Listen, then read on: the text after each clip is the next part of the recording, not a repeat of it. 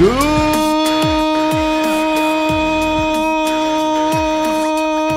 Friday morning. It's the main event.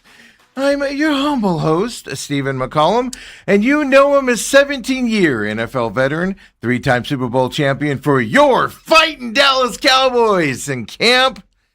Dale Hellestrae's here, everybody. Boy, we're in for a treat today. My goodness gracious. Steve's in a great mood. The brain trust was working overtime. As I pulled up to the house, I saw electricity flying out, and you saw yelling, all screaming, the brain waves and all that make this ship run. Confusion. No, you just got to see if it'll work. If it doesn't, it's all my fault. It's all my fault out there. But we got it working. We'll see. We'll see if it goes. Okay. But Coach Kevin Guy from the Arizona Rattlers scheduled to join us coming up at 9 o'clock today. Do you think he's done celebrating, or is he going to be? Is this a little early for him? I'll put it this way: couldn't join us till Friday. So what do you think? So we'll talk, of course, another championship this year. All of that fun stuff with the championship coach. Can you turn my headphones up a little bit, please? Yeah. Oh, Dave turned their way down yesterday. You better now? Yeah. Right. Dale couldn't hear anything. No, I could not hear. All part of the fun today, but hey, it's Friday. What? There's nothing else to talk about. Diamondbacks off yesterday. They were quiet on their day off. Nothing to worry about there. Cardinals play tomorrow night. Cowboys 7 p.m. for the home game there. Nothing to talk about with the Cardinals at all, Dale. So I think we have a whole lot of nothing going on today. Well, so are we just going to sit here and stare at ourselves for the next hour till Kevin Guy joins us? Well, that depends on how you want to take this. But everything seems good with the Diamondbacks. They're going to move into their series tomorrow, 10-day disabled list. And then everything's all good in Wonderland. Okay, hey, Diamondbacks say that nothing happened. Nothing to see here. So why talk about it? Why move on from it? Why even bring it up?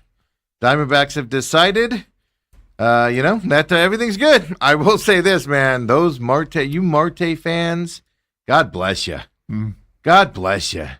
You're a tenacious bunch. Yeah. Love everything about you guys. I finally said to one guy last night, I was like, man, I wish I just lived in your world of just how everything's hunky-dory and there's nothing to see here.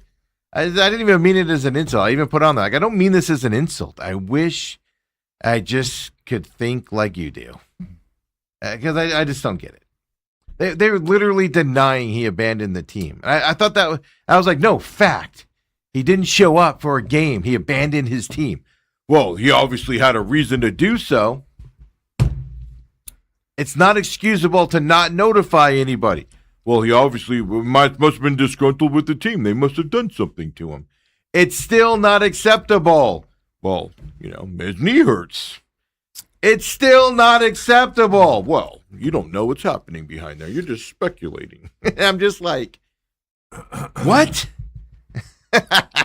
God bless them. God bless the Marte lovers out there.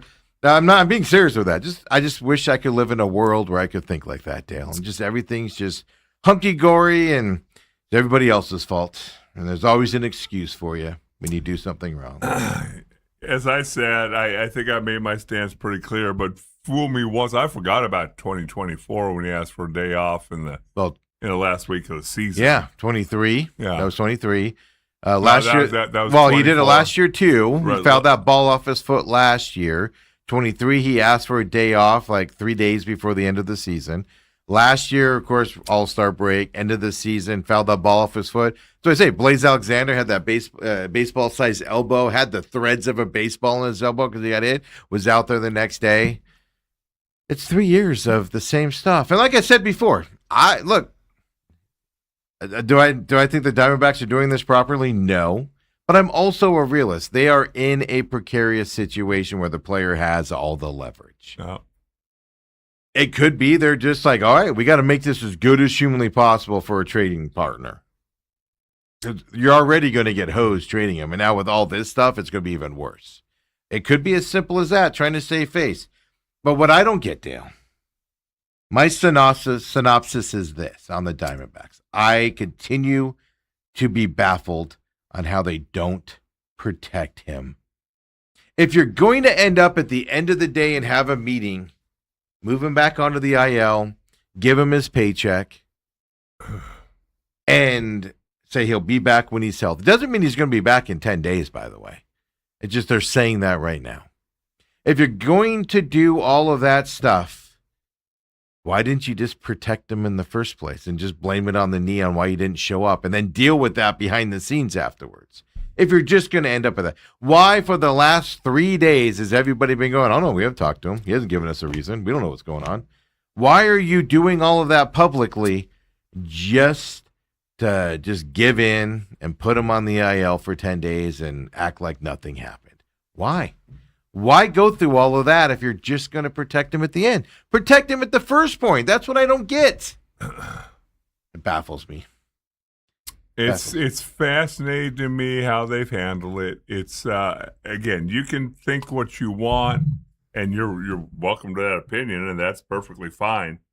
But at the end of the day, when an athlete abandoned his team on one occasion, that's, to me, grounds for a termination, grounds for separation from the team, whatever. Yeah. You do it 2 times, you're definitely gone. Now you do it 3 times. And again, for those people who don't really know how a locker room works, you're injured. The first thing you do is you go to the training room. Mm-hmm.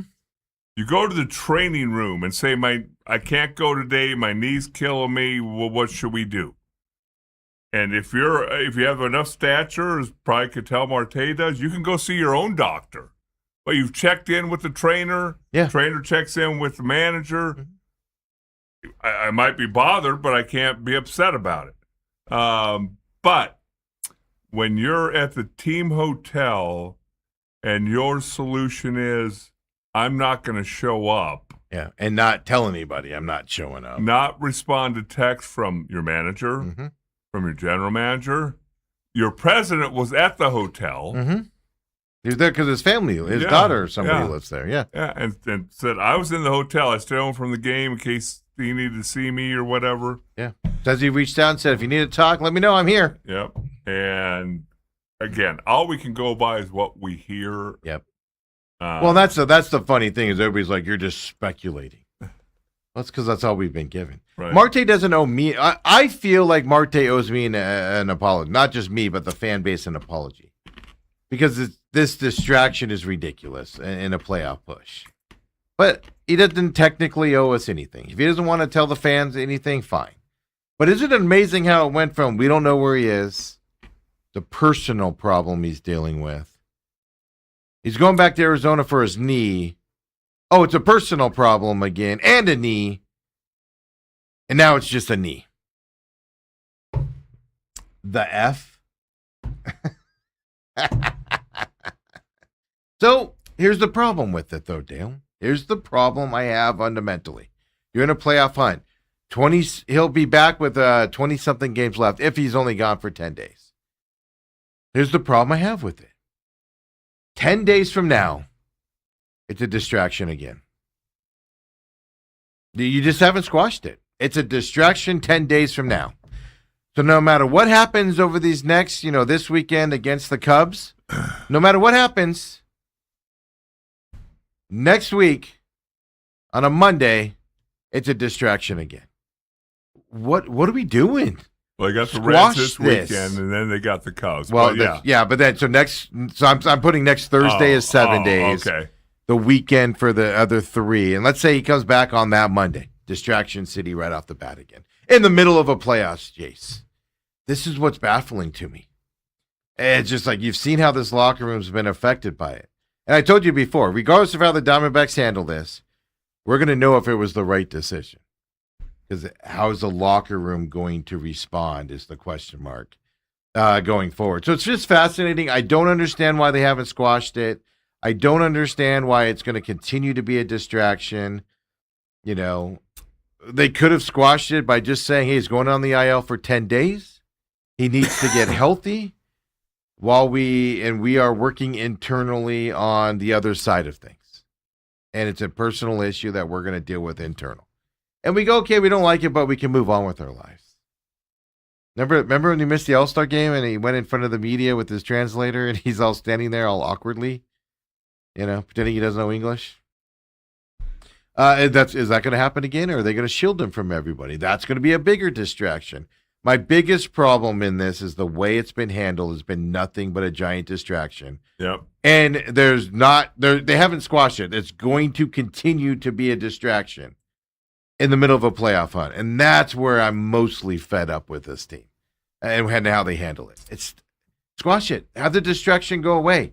There's ways to do that, and you've refused to do it. And we're never going to hear. It might leak out later on.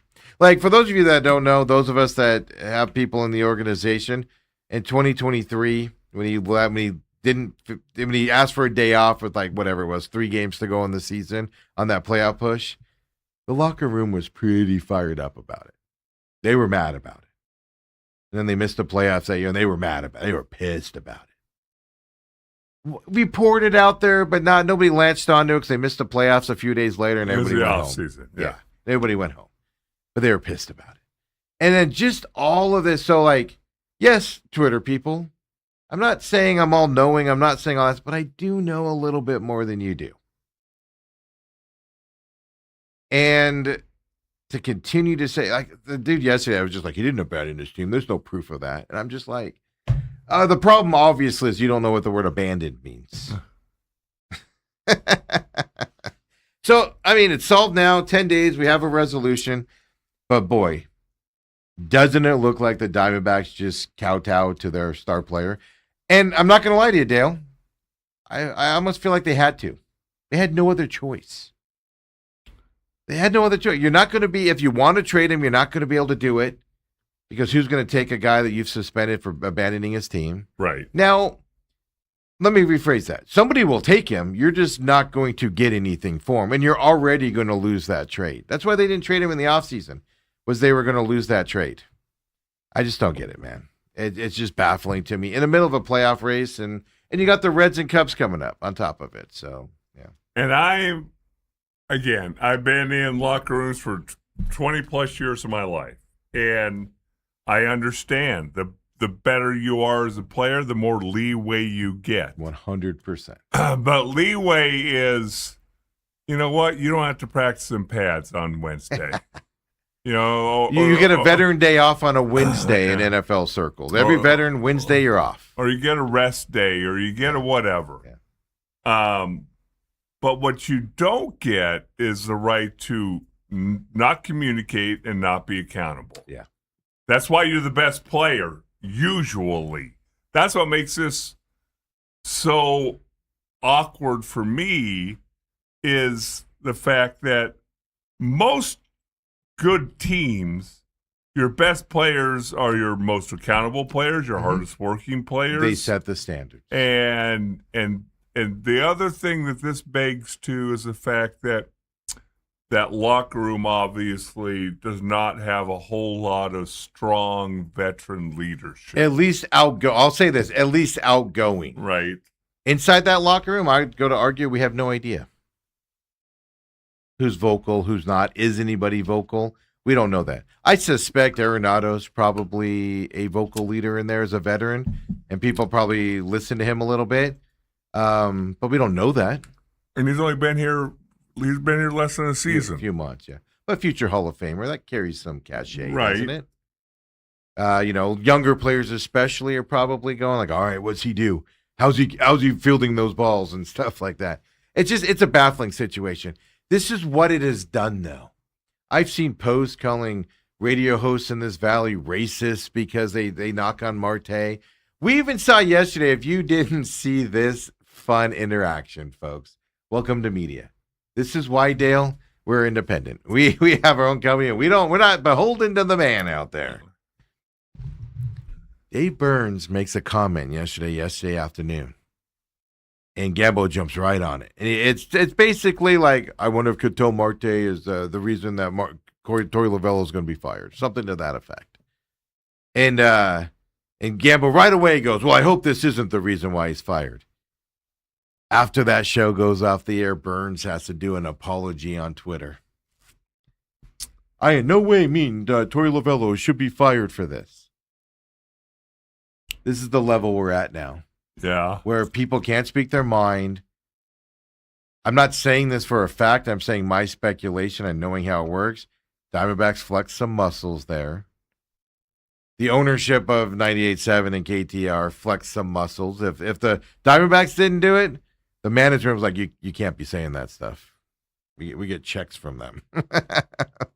We're to that point in this conversation of cover-up. That drives me nuts. And all of this in the middle of a playoff hunt, in the middle of a playoff chase. And this is what we're dealing with.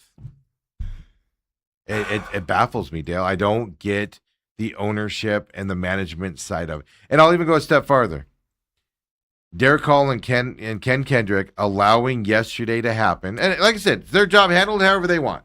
Do I agree with it? No, but they're going to do whatever they're going to do. It's from the ownership down. Whatever you want to say about Torrey and Mike Hazen and their handling of Ketel Marte, it comes from the highest level. Because if it didn't, something else would have happened yesterday. They're allowing the placating to happen. Did you see how fast Derek Hall's comments were walked back yesterday? The one where he's like, I don't know, I'm willing to forgive him, but I need to know why. Meeting happens, and all of a sudden, whoop, everything's deleted off of everywhere. Nobody's speaking of it anymore. Well, and when things like that happen, that generally comes from the top of the food chain. Yes, there are phone calls made and stuff like that. I mean, you know it on the football side with the Cardinals. I've seen it on the Cardinals side a little bit as well. I've seen it on the Suns side. I had a conversation with a Suns broadcasting guy one time who was critical of me being critical of the Suns. And I was just like, why do you care how critical I am? And your old partner, he went after me and your old partner to my face one time. And it's just like, why do you care what we say? Right. Why does it bother you? It's like, well, so basically what it was with the radio, they were negotiating rights for the Suns broadcast, and there was a bunch of stations vying for them and stuff like that. And that was one of the conversations was, well, you don't support the Suns. Basically telling me, well, 98.7 bows down to us and you know, says what we tell them to say. And we don't trust you guys can do it. It's just, no, it wasn't Kevin Ray, Dale, because Dale later on was going to go, Kevin Ray? No, it wasn't Kevin Ray. But it is fascinating how this market works. We're at that point now on the quote unquote cover up, where a radio host yesterday makes quite frankly a question that a lot of us have. I get the impression it's Ketel or Torrey at this point. Is it Ketel or Hazen? That's a legit question, and he just asked it, and he had to go online and do a little mea culpa. Well, here's the thing. Everything is screaming, cover up, move on. That was the demand. Here's the way I read yesterday's meeting. Yeah. From Ketel's team, they say that you're painting Ketel in a bad light. Mm-hmm. We need to move on, let this thing go, come out and act like nothing happened. And the Diamondbacks are complicit in saying, okay, if that's the way we can get him back. Absolutely. And the Diamondbacks aren't wrong in that, in my opinion. I don't know how you feel about that. They owe him too much money. Well, you're stuck with him. You can't trade him unless he agrees to it. He's got you by the neck. And then, well, when I look at try to look at the step back the whole situation, it's very true. There's been a lot of speculation. If Troy Lavello, who's been here 10 years, if they miss the playoffs this year, there's probably better than 50% chance that he gets let go, even though I think he's done a really good job this year with all the nonsense. Yeah. Regardless of if I agree with his decisions or not. Yep. And so if this distraction, which we saw really effective one game, they didn't pitch well the second game. I'd say 2 games kind of effective. And then they came back and won the third game. If this distraction ends up costing them a playoff spot. If they spiral, if they continue to spiral. Yes. Then, of course, you're going to draw a correlation to this. This whole Make the playoffs or don't make the playoffs, the Marte situation is going to be the look back at and be studied. Nothing else. The rest of the season doesn't even matter. No. They'll No. miss the playoffs, and it's going to be pointed right at this situation, where it's fascinating because I think there's less, but there are a lot of people that are blaming Torrey and Hazen and that stuff, not Marte. I think there's less now. I think Marte has done serious harm to his fan base around the valley and stuff like that. Now, can you get it back? Absolutely. He comes back and starts raking, dominating, gets you to the playoffs, Dale, and you go on a run. You're gonna be like, "Oh, Marte's the favorite." My biggest thing, like I said, I don't care how the Diamondbacks handle it. I'm focusing on player abandoning the team. How does it handle? And Ann chimes in on the YouTube chat. Don't forget, you can hit us up there. Our text line, 623-252-6670. Or, of course, over on X at TME Sports Show. She says, I really want to know how the players respond. We will be at the game tomorrow, so I'm interested in gauging the feeling in stands, too. Yeah, I put that tweet out. Well, that's the thing. This is like purely physical. Okay, Diamondbacks made their decision. I don't agree with it. I also don't really care. Let's see what happens. Man, they go out and they lay an egg against Reds and Cubs. This fan base might be turning on them. Then I brought up that tweet yesterday. Ann goes on to say, best part is that Advantage member weekend coming up this weekend. So I'm curious how season ticket holders feel about management and continuing to purchase tickets. That's the thing. You're alienated a good portion of your fan base that's tired of Marte's garbage. So it's going to be fascinating to see how this plays out, way they go on this. But then the other side of it is, I brought it up yesterday, and some people respond like with stupidity, calling me loser and stuff like that. Put yourself in this scenario. Marte, all those guys said bad things about me. Was it Chicago White Sox? They said bad things about my mom. Then you find out what the guys say, and you go, all right, kind of a jerk thing to say, but it's not something to, break down over and want to kill somebody over, And he doesn't react positively to negativity is what I'm getting at. First of all, don't say things about players' moms. That's stupid and ridiculous. His first game back at home, Dale, and he goes out there, and let's say half the crowd boos him loudly. How are you going to handle that? Because he ain't going to handle it well. I literally envision a situation where after the game, Lovello can go to the thing and go, well, our fan base booing him, and and they protect Marte over there. This is going to be fascinating to see how this happens. Just put yourself in the scenario. I know I'm making up scenarios now, just projecting it out, but that's what they've done. Not only have they put the fan base in this position, they put Marte, I feel, in a bad position for a guy that's already on that edge. If he doesn't get a positive reception when he first comes back, you put him in a bad spot. You put the team in a bad spot. You put your ownership in a bad spot. You put the fan. Now all these people are pitted in all these spots, and it's all you're doing between Marte and the team. This is going to be fun to watch. As a simple human story, this is going to be fun. And it's a team in the playoff hunt. This would be different if they were 30 games out of first place. And they're in a playoff hunt. This is, as a sports human interest story, this doesn't get. If you're not interested in this, you have no heart, no feelings. You just don't care, Dale, because this is fascinating how this is going to play out. Well, and then the other thing I look at, if you're a Corbin Carroll, you're somebody who's been here the last 2 or 3 years. And this isn't the first time. Mm-hmm. And you play injured repeatedly. I think they found a way to kind of get past the All-Star break thing last year. They found a way kind of because it was at the end of the year, and as you said, the offseason came. And offseason came quick. And the year before that. No media was knocking on the doors asking questions because you couldn't. And now you've got this. Yeah, and you have, 30-something games left? And understand what I'm just trying to get through to people, understand something. You can get along with anybody who can help you win a game. I don't care what sport it is, basketball, football, baseball. But the one thing that just doesn't click with athletes is you can say you're abandoning the team, but I also look at it as you're abandoning me. No, that's the thing. I'm saying it as a team. I don't know how some of the, like Arenado, injured on Friday, back playing, a few days later when he should probably go on the IL.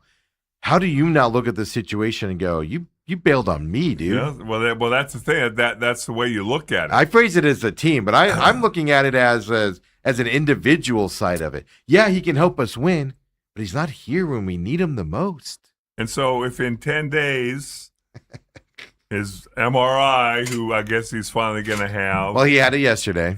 Comes back. It had swelling in the upper knee. Right. I'm not saying he's not hurt. But there's ways to handle it, Dale. You show up to the stadium, you get treatment, and you go, guys, I can barely walk.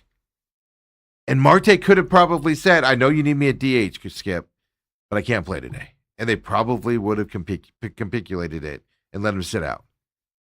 You don't just not show up. That's what's fascinating about That's that. the one thing you don't. It was interesting because I had a long conversation yesterday with Dave Nash, who's Angry Patriot on Real Matrix today at noon.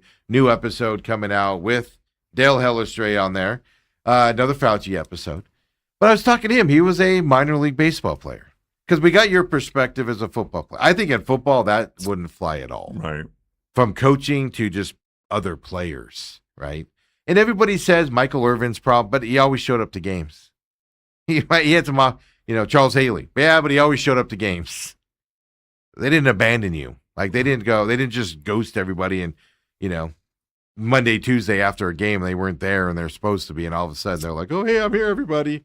Like that never happened with all their off-field trouble. So this is a different situation. But I was talking to him. He goes, no, I think in a baseball locker room, I think it's easy to say we need him back because we want to play with him. And you can ignore all the other stuff. I found that fascinating because Dave's a very competitive guy. Yeah. He takes things personal. And even he was like, no, I'd want Marte back. He'd help us win. I want him back on the team. I was fascinated by that angle. Oh. I've also noticed in this whole conversation, younger people seem to be accepting him not showing up to the game as a protest more than older people are. I do find that fascinating as well. It goes to the younger generation and their thought processes and ghosting and stuff like that. It is fascinating. It is also fascinating that yesterday after the meeting, he went back and unliked his posts from the Spanish podcast or show, whatever it was, where they said Marte doesn't want to play there anymore and wants to be, and he liked it. He unliked that. Then during the meeting, toward the ends of it, from what I understand, but during the meeting, all of a sudden, Gabby Moreno post goes up of Gabby saying, "Oh no, I talked to him. We're good. I talked to him." Yeah, it just smells cover up, and let's do all this stuff and act like nothing's wrong. It just looks like it. Yeah. I also find it interesting. The video a year and a month ago, his house gets broken into, and when he's in the Dominican Republic for the All-Star game.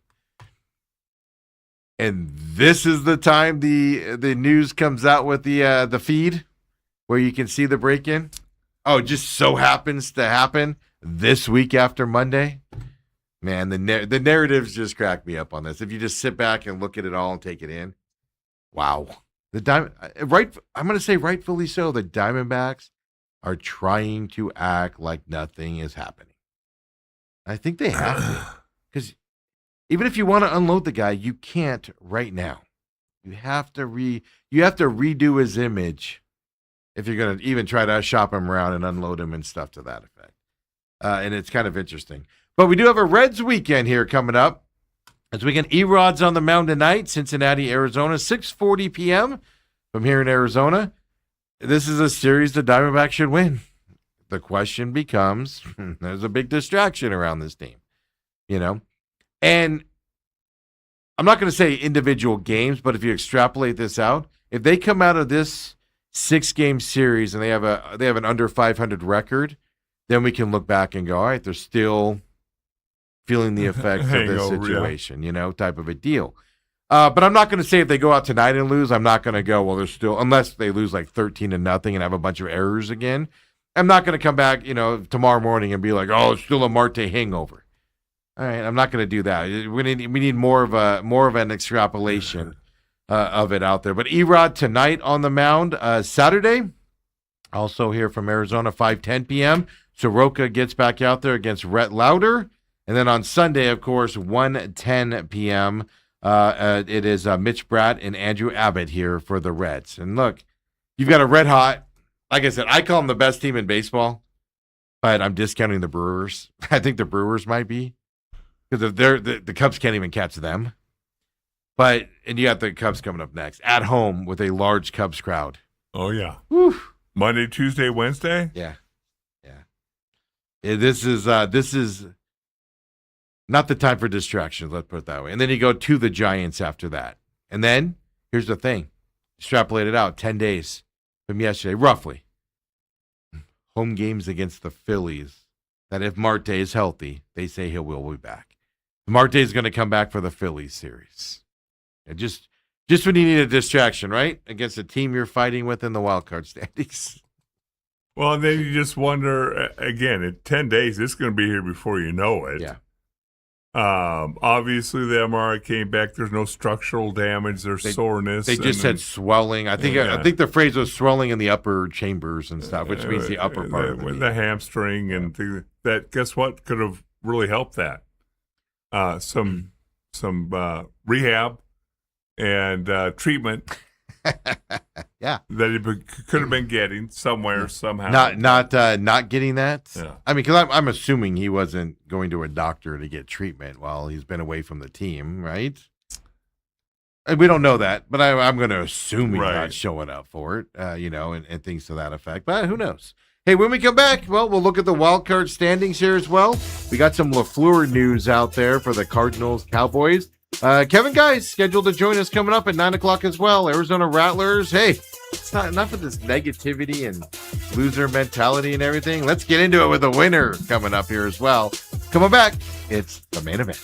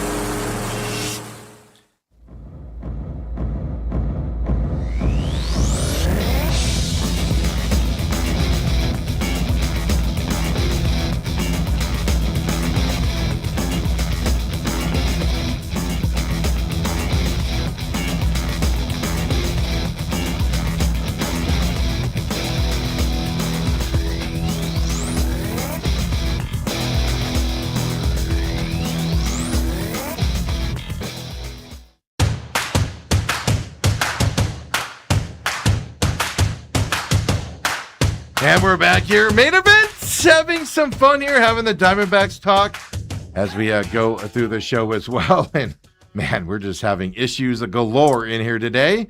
But might be interesting having a Zoom call coming up here with our issues that we are having. But if you have a chance, Ethan, do you have it ready? Throw up that NL wildcard standings for me. As like I said, with all this talk about the Diamondbacks, everything happening, we're just simply looking at a team that's in the playoff hunt. Now, they had the day off yesterday as well out there, but they are in the third spot out as of right now. Phillies are 2 games up on the Padres here for that third spot, and then the Diamondbacks are 1 game back here still today with the Red Series coming into that side.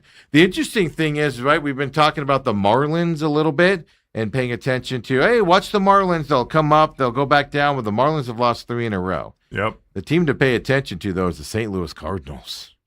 They sold. Last year they sold at the trade deadline and they went on a little bit of a run. Well, this year they've sold, right? We got Newtbar from them. They sold a couple other players. Well, and they're only 2.5 games out. Well, addition by subtraction, maybe? Is that what we're claiming? Mm-hmm. It's fascinating how the Cardinals continue to do that with that movement. They're just a game and a half behind that Diamondbacks right now.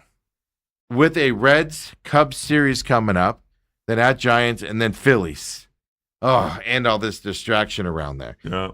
Hey, it's playoff time. You don't expect it to be easy, right, Dale? Well, you're making the playoffs is not easy in baseball. Again, you've had chances to get on a roll. You've done that, and then you regress, and it's three. Somebody says that, and it's kind of cliche, but 3 steps forward, 2 steps back. Yeah. 2 steps forward, 1 step back. And it's been that way for years. Yeah. I'm just fatigued, man. Just being around this Diamondbacks team, I'm just fatigued. I'm just worn out. But it should be exciting, should be fun. Yeah. I can still watch the games and separate what's going on off the field with what's going on the field. And I'll be cheering for them as hard as anybody. Yeah. Because I just love when good sports things happen around here. Yeah. Though we can't have them for long, we can enjoy them while they are going on. I did like yesterday, somebody was like, "You're just a casual." I was like, dude, I get into the weeds more than anybody on this team. Settle down there, Tiger. Your insults just bounce off of me at that point. But, yeah, so that's what we're looking at in terms of Diamondbacks. Look, come back on Monday. It's simple. How are they going to play? How are they playing? How are they looking? I'm not – even if there's a difference. They could go – knock on wood, they don't. But let's say they get swept by the Reds. It's how they look while getting swept by the Reds is what you want to pay attention to. This weekend as well, right? So hopefully they go out there and win, and this distraction's behind them. We'll find out as we go forward in the baseball world of things as well. Hey, Dale, did you watch any NFL football last night? Las Vegas was at Houston. San Francisco was at the Chargers last night. I saw a little bit of the Chargers and the Raiders game. Chargers 49ers, yeah. 41-17 is what that final ended up being. Put the Niners in the Super Bowl, baby. And Chargers defense is terrible. Chargers third stringers suck. The Chargers, man, they lost another offensive lineman in preseason that they're counting on again. Right. Every preseason, this happens out there. It is just an unbelievable thing to watch. My favorite part about last night was Francisco Mendoza threw a pick six. So everybody kind of jumped on top of that. I broke down that play. I don't have it in front of me here to show you guys, but I did break it down. Either that receiver, the running back, number 30, was supposed to sit in that moment or stop his route, or Mendoza thought he was supposed to sit and he didn't. Right. So, and here's the problem. Preseason, we don't know the play call, that stuff, so we don't know whose fault it was. But, man, did he throw it directly. Perfect throw to that safety or quarterback to run it back for a pick six. The best thing he did was able to catch it because usually that's why you're playing DB because you can't play receiver. Yeah, I don't think he couldn't have caught it. It was so perfectly thrown to him. But I saw a lot of people clowning on Mendoza, and I'm like, well, wait a minute. That might have been on the running back. Right. So let's pause on that. But either way, a pick six looks terrible. From that perspective. I find it interesting the Raiders, even though Kirk Cousins didn't play last night, I find it interesting they haven't named a starter yet. I think it's going to be Kirk Cousins. I think everybody thinks it's going to be Kirk Cousins, but why haven't you named him yet? I find that a fascinating little angle there. Are they giving Mendoza every chance they can to win that job? See, I don't think that's the case. Now that Brady's involved there, I think the old Raiders regime would have just thrown Mendoza to the Wolves. Yeah. I think that they're going to give him some time. Kirk Cousins is a very capable quarterback who's taken teams to playoffs and things like that, no matter what you think of him. Yep. And so I Why they haven't named him the starter, that's kind of interesting. I'd imagine that come this week. Because we're just a couple of weeks away. Yeah. One more preseason game, and you didn't play him on top of it. That signifies he's your starter. You would think. Yes. Well, you would think. You're right on that perspective.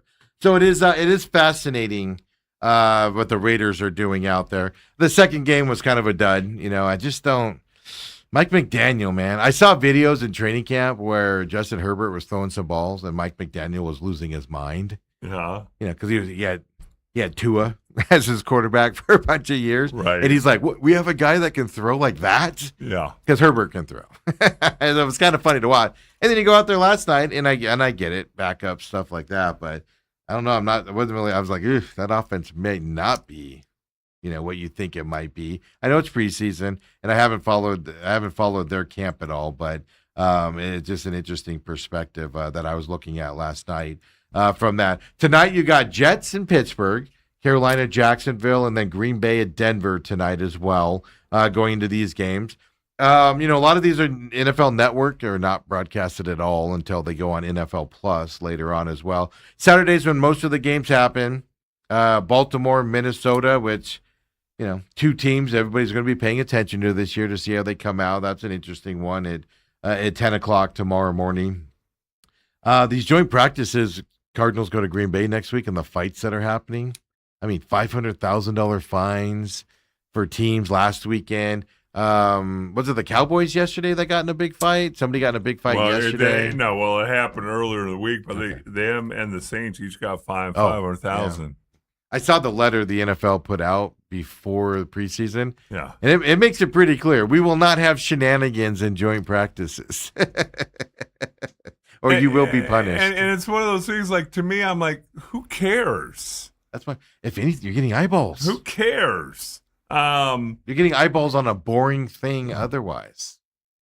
And it's fascinating because I think back to every year that we had inter-squad practices with the Raiders. They come down to Austin, we play them in a preseason game, and we spend 3 days that week practicing against them. And we used to love it because we all kind of knew each other and whatever, and we had hard practices, but there were very few shenanigans. And I would say, not exaggerating, 60% of the time, it was hot, humid, miserable. We'd have a 20-play team period scripted, and Al Davis would walk in the middle of the drill and said, "All right, we're done." After 10. Yeah. Well, I read this, I think it was yesterday after you left to go over to KUPD. I did the thing where LaFleur was talking about that. And the NFL wants them to have more joint practice. And there's actually statistics that say teams perform better when they have joint practices. The practices are more amped up. Guys aren't lackadaisical like they might be in the regular practice. Even your starters are kind of ramped up a little bit going up against another team. And I said yesterday, I mean, I use LaFleur and McVay as an example. It's kind of a bad example because LaFleur already knows what McVay does because he was coach there. Same thing with Shanahan. But if I was a coach out there, I'd be like, we need to scrimmage against the Rams. I need to see what they do for their practices. I need to see how they operate with their players. Like, I want to be as close to that as humanly possible, as much as possible. Right. So that's the other side of it. A coaching staff can learn, especially a young one can learn from a more experienced coaching staff. They're going to Green Bay after the game tomorrow night against the Cowboys, and then doing joint practices. And it's just come out of it healthy. That's the only thing you can really ask for. Come out of it healthy. It's good to hit other guys. It's good to be in another environment. The other thing LaFleur said is, teams don't want to come to Arizona because of our heat. Because I guess the size of the teams, because they're elevated rosters, there's not enough room in State Farm, so they have to practice outdoors. Some people send the linemen outside. But here's my problem. You're going to Green Bay next week. Anybody been to Green? I've been to Green Bay in the middle of summer, folks. It ain't cool. It's humid. It's hot. Big bugs. It's ridiculous. Has anybody been to Florida for in the summertime? And people are going there for joint practice. Anybody been to Missouri or Wisconsin or some of these teams practice? It's not cool, folks. So that's what kind of crap. I know we're a different heat. I get it. Well, especially the way it has been. But that's a whole nother deal, right? But what you get out of going against another team, obviously you get different players. it's one step closer to being a game day atmosphere. Absolutely. You're getting that much closer. You are as a player more amped up to go against somebody new, somebody different. And so yeah, I could see where if you did a study, I don't know how you'd study it, but teams that do practice 2-3 days against each other probably are better ready to go early in the season than teams that don't, that just go against themselves. Yeah, I would pretty much do my training camp, 2-3 weeks or whatever you want to do for training camp, and then I would just want to do joint practices after that if I was a head coach for those reasons. You lose that lackadaisical side. Like if you've ever been to a practice, a lot of guys just standing around. They go and they do their one drill, and then they stand around again, and it's just like I like that scenario where to go. So leading up to two things. Well, before we get into tomorrow night and what LaFleur said yesterday, Michael Bidwell was on. They're doing the Give-a-thon week or whatever they call it over there at KTAR. Right. Michael Bidwell was on there this morning. He said something. He said, because I just want to get an update on the practice facility. They're moving dirt. He said they're going to start building within 23 months out there in that North Scottsdale facility. Oh, still on plan to open in summer of 2028. So there's your update, Dale. No. You misread something. Nope. What he said. They're going to start building in 2 years? Yeah, and it's supposed to open in summer of 2028. Oh, that's the thing. I didn't misread it. I listened to him say it. Yeah. Are you sure? Yeah, I know. Because 2028's all right, I'm 24 months away. I know. That's why I was like, what? Okay, here, hold on. Maybe he misspoke. Yes. I was like, wait, what? Okay, hold on. I'm pulling it up just to make sure. I read it 3 times. Okay. Things are going along at a lightning pace. We'll be building in 23 months. Or the building will be done in 23 months? Hey, that's what he said. We'll be in the building in 23 months. Sorry, you're right. Listen, folks, it's a thing. Yeah, we'll be in the building in 23 months. I just reread it to you again, and I still misread it. Steve? I hate the guy so much. I demand an apology, Steve, for questioning me. Yeah, Mr. Bidwell, I just don't like you as a human being, and I just automatically assign bad things to you. I'm just kidding. I don't not like it. I don't know him at all, so I just don't like the way he runs his franchise. But in all seriousness, I read that 17 times, folks. Understand, I'm not a construction guy, but I kind of figure in my little feeble building mind, if you start in 23 months, you're not going to be there in there in 24 months. He said it's going at a lightning pace. Welcome to Friday, everyone. Oh, I love it. Embarrassing yourself here on air on top of it. We'll be in the building in 23 months is what he said. Okay. Yeah, so 2028 is when it's supposed to open. So there's your update on that. If I don't screw that up. God, I'm stupid. Garrett Wilson came off the PUP. Let's go to things I do know that I won't screw up. Garrett Wilson came off the PUP list yesterday. How much he's going to play, who knows? I imagine they're going to start him like a nickel type position and limit his reps. Remember, he tore his Achilles in like November of last year, folks. This is like record recovery here by him coming into the season. And he's off the PUP list. That leaves Josh Sweat and Tip Ryman as the last 2 PUP members out there. Tip Ryman, I've thought all along there's no way he's going to play in the first few weeks. He's going to miss a quarter of the season, if not a little bit more. Recovering from that, just nasty. I saw that in person, Dale, and it happened right in front of us, and I was like, that was gross. I'm going to go get nachos. I got up and walked off while they were carting him off the field. But he's going to stay on the PUP list. But here is, if you don't believe me, listen to LaFleur here. Injury update yesterday for him. He talks about Josh Sweat, Tip Ryman, and those types of things. No with Tip, but it's again he's progressing. There's just conversations, and then Josh is looking good. Josh is looking good, Dale. Well, I was going to bring that up because. While Ketel Marte is squarely in everybody's sights because the season's going on, they're in the playoff on and on and on. Mm-hmm. The Josh Sweat thing. Mm-hmm. Dale's a loss of words. Yeah, well, I'm trying to figure out.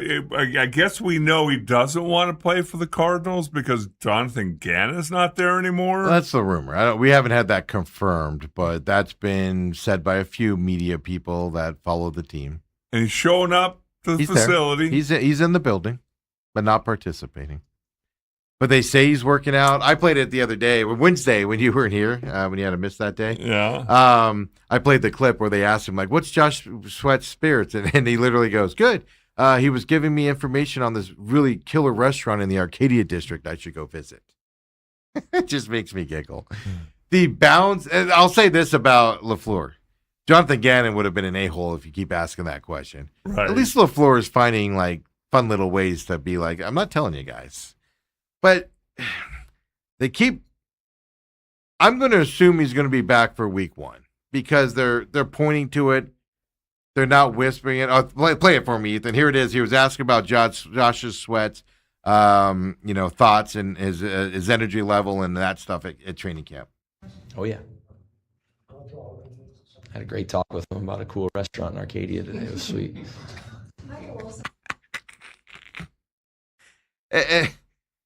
You have to assume he's going to be back for week 1. I just can't get enough of that. That's just the best answer I've ever heard for avoiding a question, Dan. Right. But you got to assume he's back for week 1 because they keep saying he's going to be back for week 1.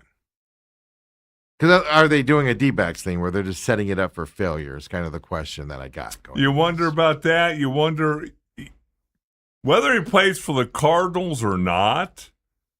Doesn't he have to start amping up a little bit? That's my point. Is he just going to be able to show up in week 1? And we don't know what he's doing behind the scene. Maybe he's not in football shape. He's in good shape, but he's not in play. No, 30 and that's what I'm saying. Well, yeah. Even if his whole goal is to get out of here, you still want to be able to contribute to some other team if, in fact, that does happen. Yeah, it's baffling. I don't understand it. It's another one of those mysteries that we have that we're dealing with right now, around this team. And so, I guess we just have to wait and see, Dale. That's all we can do on that. But I do enjoy the cat and mouse with those answers. The way they're answering them, how do I phrase it? They know what's going on, but the way they're answering it tells me they're not worried about it. It doesn't seem like there's a whole lot of consternation about it. It's just they know he's going to be back. They know he's going to be ready. But then why isn't he out there? That's the other side. Why is he still on the PUP list? At least go through individual. At least go through individual drills. That's the point. Start getting football movement. If you're not going to there's no rumors of a contract extension or extra money to come back. He just signed last year. I know, but you know how that is, Dale. Like, oh, you don't want to play for us? Here's an extra $1 million. Oh, all of a sudden I'm healthy. There's no talk about that out there. It's just he's not ready to play. And it's just, what is happening from that perspective? It is fascinating. Here's also LaFleur. We'll do this really quick on who's playing Saturday night at home here against the Cowboys. Kind of gives us an update on starters. What's the plan for starters for this year? Yeah, I'll kind of say it like this. Jacoby will not be playing. So,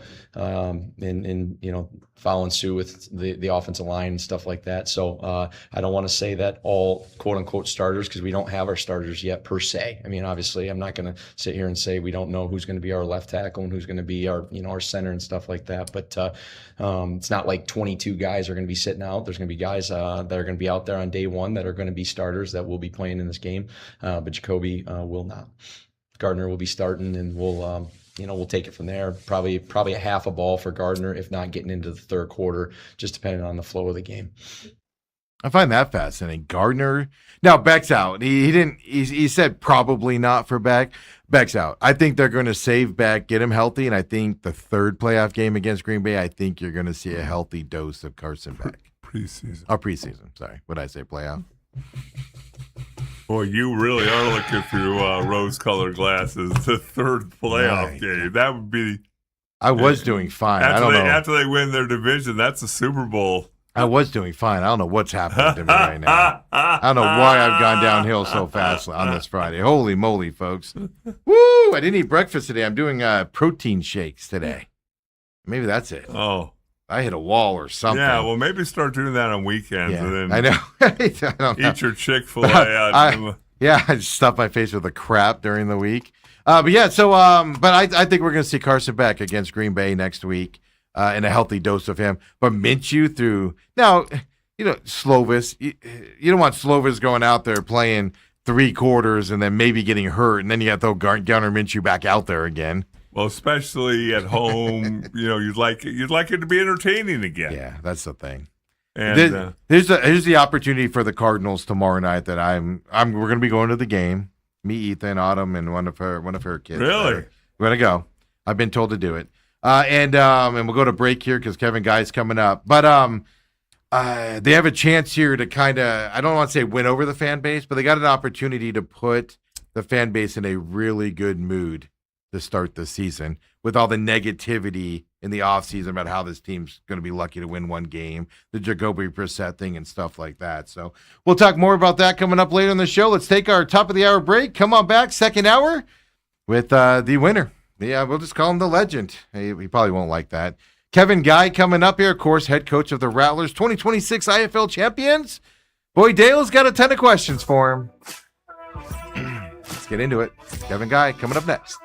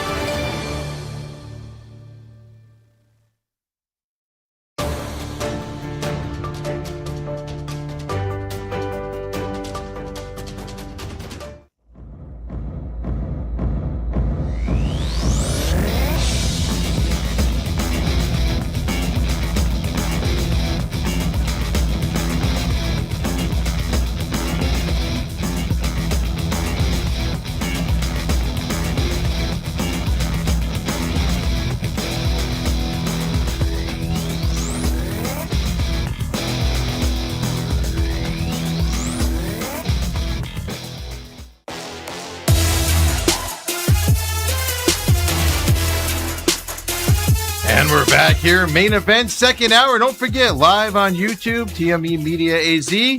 I'm Stephen McCollum, your humble host.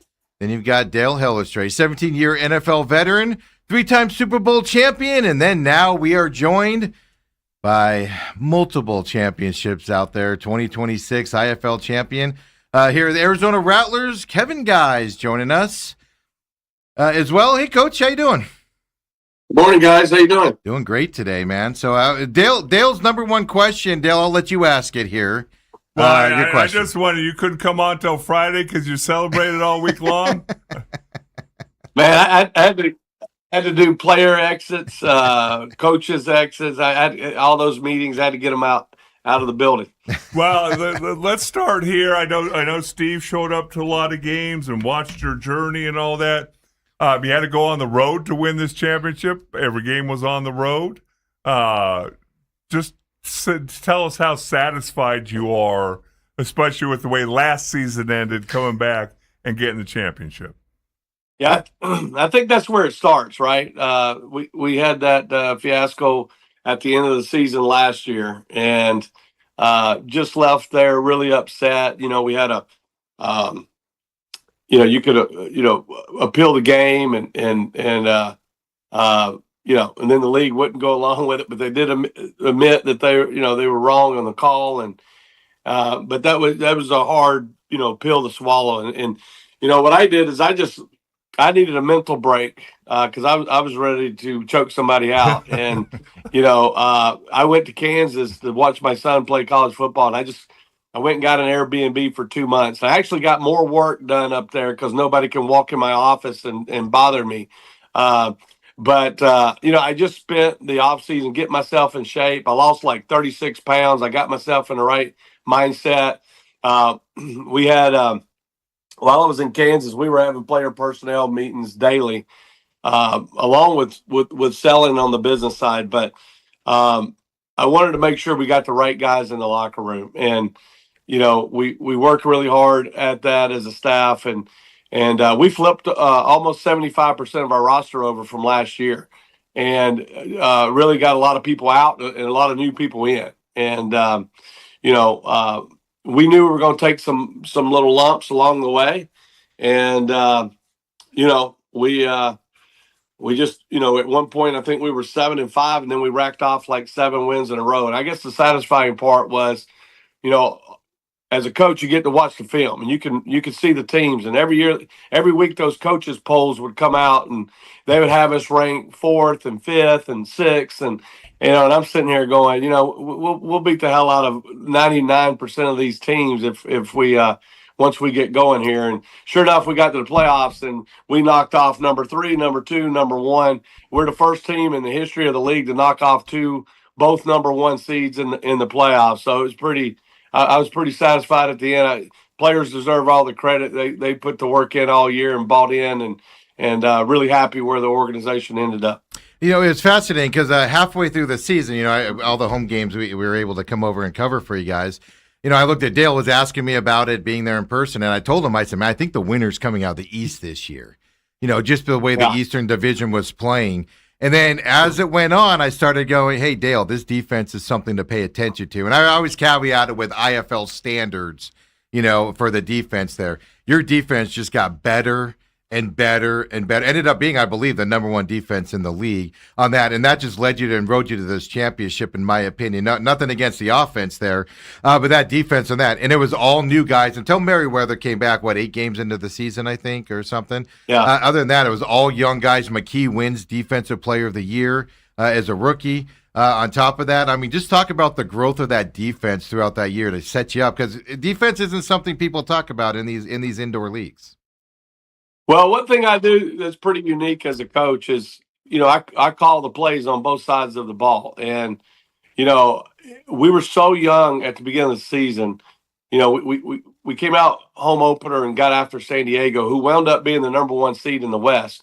And we beat them pretty good at home in home opener. Then we went to Indiana and played the Freight, and we got our tails handed to us, and and then a week later, 2 weeks later, after 2 more games, I decided, I was like, you know what, I need to be more hands-on with the defense. So I actually, for the first time since 2010, I let young Peyton Riggs call the offense for 8 games, and I wanted to get hands-on with the defense, and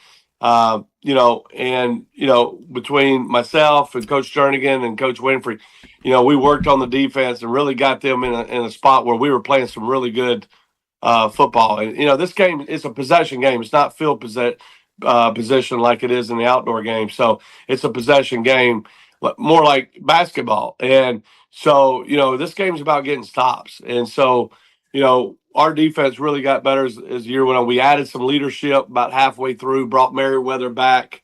And he and his wife she was having a baby, and so we were able to get him back about mid-season, and then we also brought Dobbs back in the secondary, and both those guys were really good leaders, and everything just kind of fell into place defensively. And then everybody started talking about our defense, but everybody forgot about our offense. I wound up taking the offense back over with about 4 games before playoffs, because I wanted to make sure we had the right mentality going into the playoffs, and not that Coach Riggs was not doing a good job. Just I like to be hard on the players, and I wanted them in the right mindset going into the playoffs, but everybody talks about our defense, but we finished 3rd in the league in scoring offense. So when you look at, I've always said this about football teams: if you ever want to know who's going to have a real shot at winning the championship, just look at the point differential between the offense and the defense, and that will tell you who really are the best teams. And we were first in the league in point differential between what our defense was giving up per game and what our offense was scoring. So I felt very confident going into the playoffs, And we just got, we got on the bus headed to Vegas, and I just knew we were winning that game. I had no doubt walking into that building that we were going to beat them that day. And our defense came out and got to stop first possession of the game. And then our offense, took over, and we just kind of controlled the game throughout the game. And then we'd already beaten San Diego, who was the number one seed, twice in regular season. And then all the negative stuff comes out. Oh, it's so hard to beat a team 3 times. Yeah. I'm like, well, it's not. My message to the team was, it's not if you're better than them, And we went over there and got after them, and we really that score looked closer than what it really was.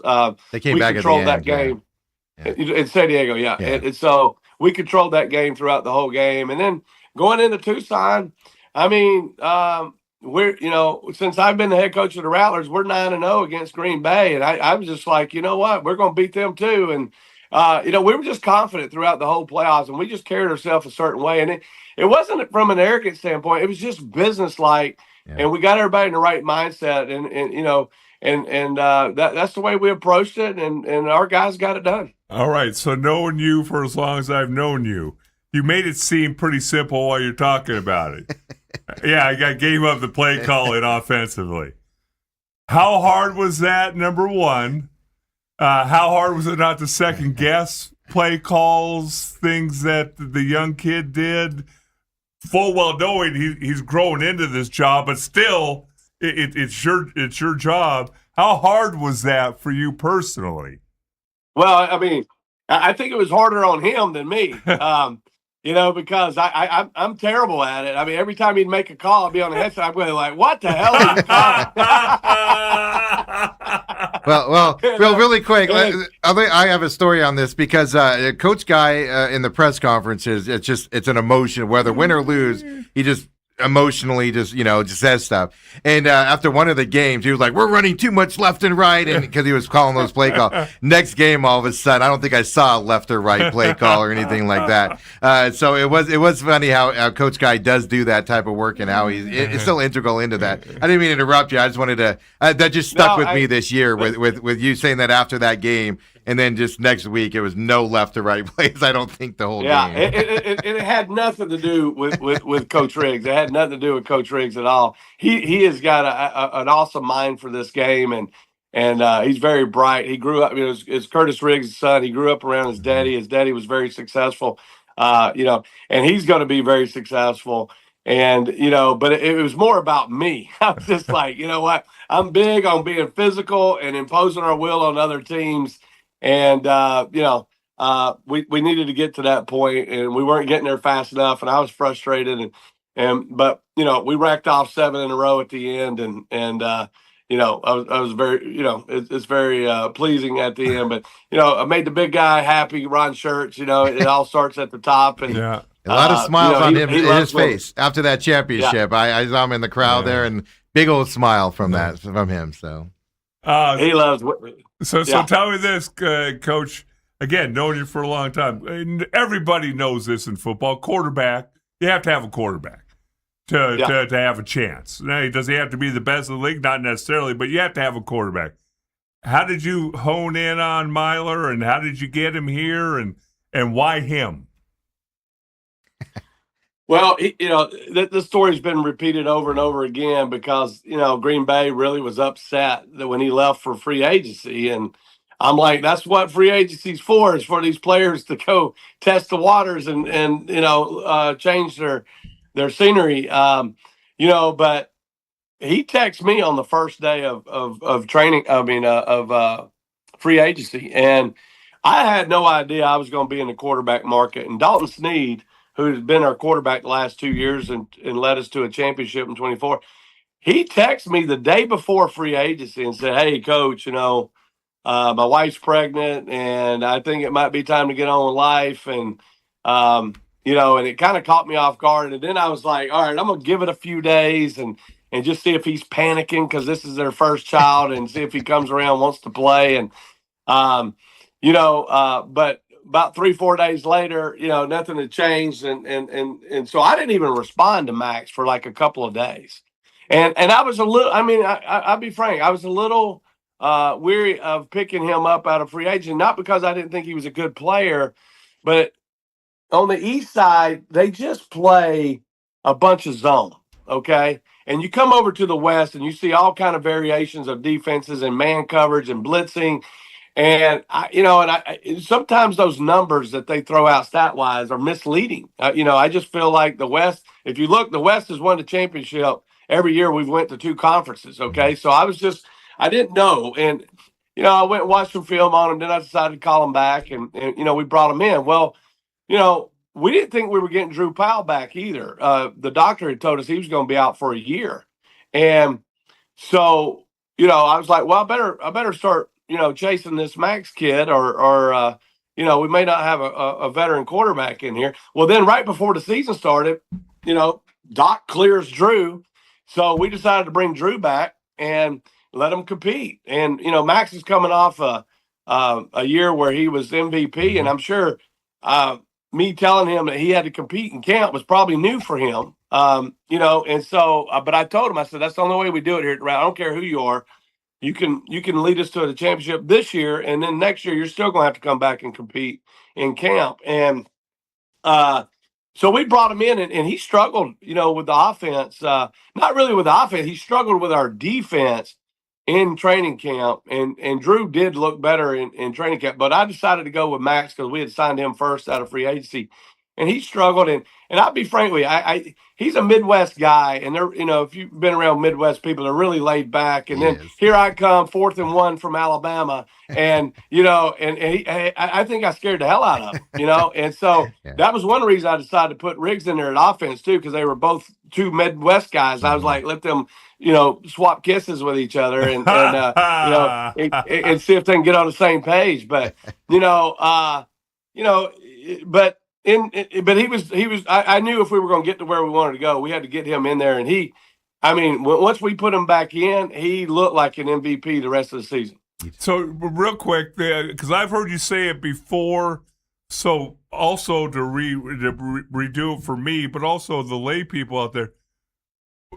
Most people are going to go, oh, so one conference runs zone, one conference runs man. What's the difference? You still got to throw the football. Give us what difference that makes to you.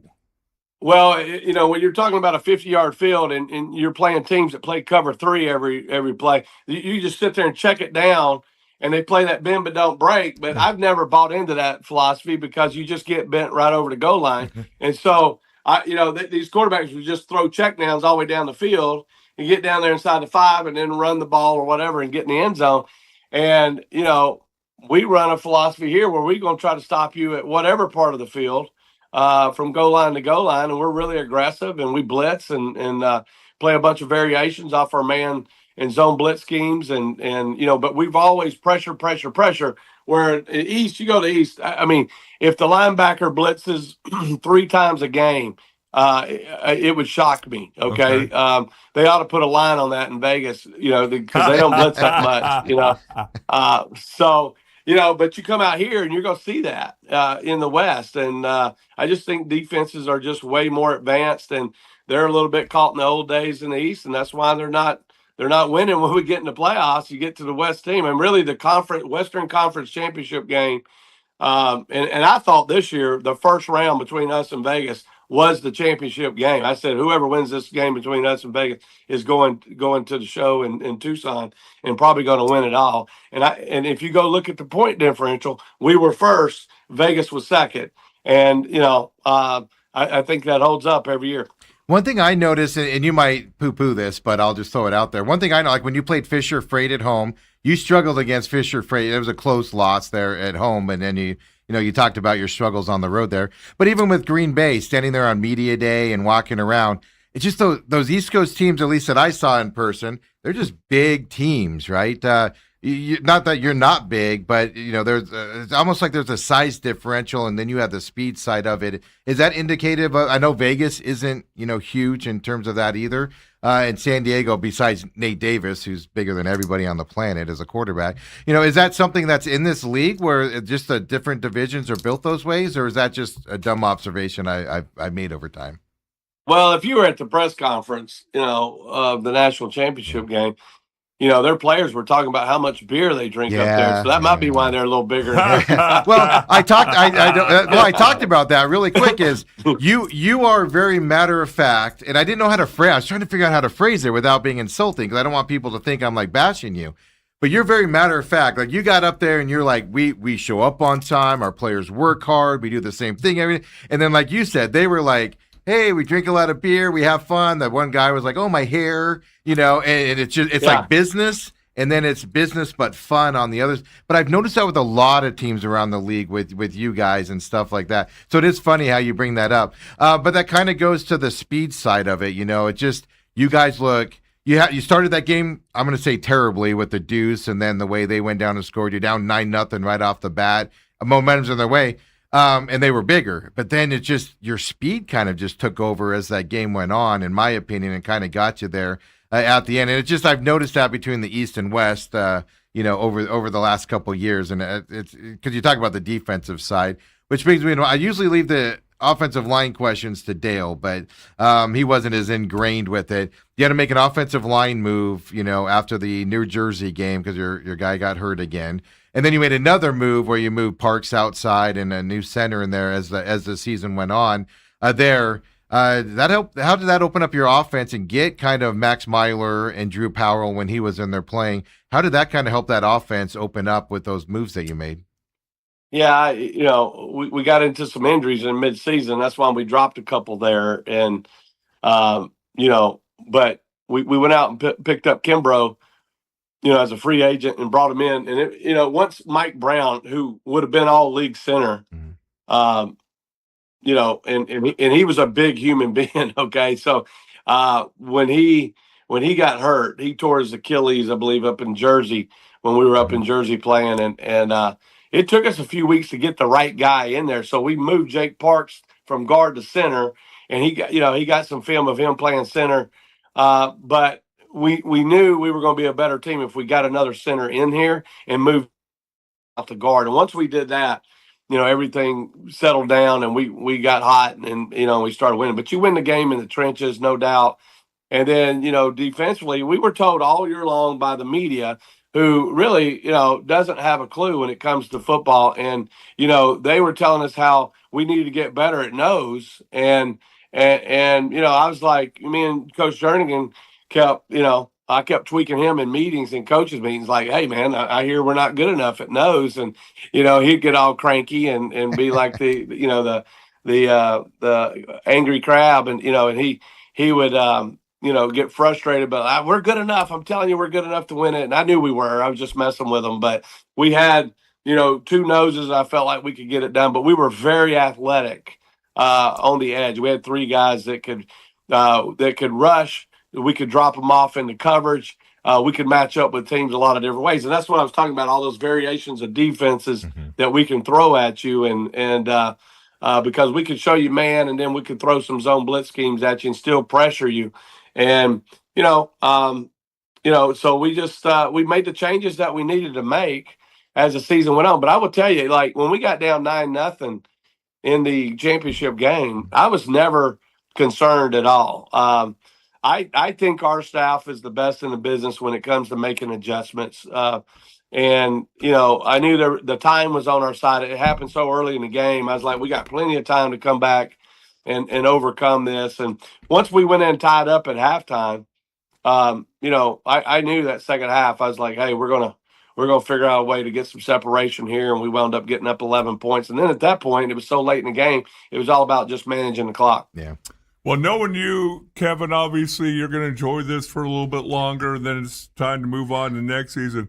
Talk a little about, because I know you're involved heavily in the business of the IFL, and I'm seeing there's expansion franchises, things like that. What's your thoughts and the excitement level about those things that are going on? Well, I'm very excited. I think Todd Tryon and his staff has been doing an outstanding job. Yahoo Sports came in this year and partnered with the whole league, and I think we did 119 games between Yahoo Sports and Overnight, and Overnight bought the secondary package of the league, and they just went through and the owners made a commitment to growing the business and growing the league. And we had some really good numbers. I'm never satisfied. I'm used to working for Ron Schertz. Anytime you start throwing stats at him, he'll tell you you're just first of a bunch of losers. So I don't. My mind's trained not to look at stats. And look at numbers. But at the end of the day, it's always like, hey, we got to get better. We got to get better. And the TV obviously helps attract new ownership groups, and we're up to 18 now. We may add one or two more before next year. We're still talking to a few groups, and that could happen. But we picked up Athens, Georgia, Austin, Texas. We picked up Little Rock, Arkansas, and Savannah, Georgia. Which right now I'm Savannah, Georgia was really a market that I had my eye on. And I've been talking to some of those owners over there, and I still may invest. They're trying to get me to invest in that team. I still may do it. I love the Savannah market, but I got some other things that I'm trying to do too in the hockey world and in the real estate world and venture capital world. So I got a lot going on. I got to figure out which ones I want to do and which ones I'm not going to do. But I certainly I think the league is growing. Our plan is to cut it off at 24 teams, and then if you want to buy a team, you're going to have to come in and buy an existing team. But ownership is committed, and you can see that with the parity across the league, because the better owners you get, the better coaches they're going to hire, and it just continues to get tougher and tougher to win. And we've been able to win 2 out of the last 3, and we're the only team to win multiple championships since we came in the league in 17. And we've played for the championship, I think, five times, I believe. I know we lost against Massachusetts in 21, and then we lost to Sioux Falls in 19. But so we're 3-2 in those games since joining the IFL.